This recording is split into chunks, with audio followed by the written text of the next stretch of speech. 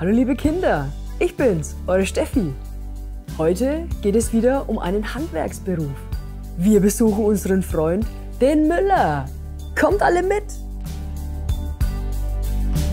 Es klappert die Mühle am rauschenden Bach, klipp, klapp.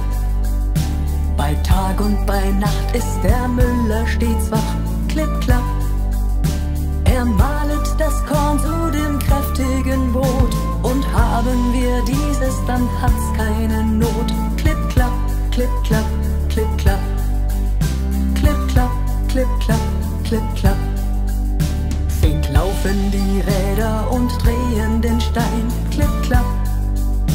Und mahlen den Weizen zu Mehl und so fein, klipp, klapp.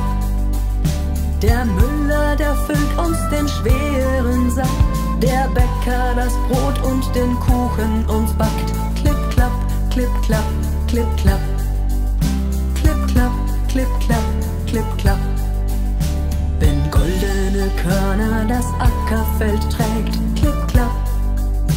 Die Mühle dann flink ihre Räder bewegt, klipp, klapp. Und schenkt uns der Himmel nur immer das Brot, dann sind wir geborgen und leiden nicht Not. Klipp, klapp, klipp, klapp, klipp, klapp. Klipp, klapp, klipp, klapp, klipp, klapp.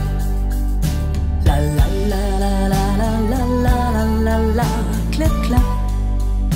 La la la la la la la la la la la, klipp, klapp.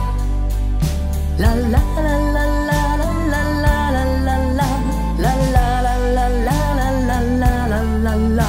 Klipp, klapp, klipp, klapp, klipp, klapp. Klipp, klapp, klipp, klapp, klipp, klapp.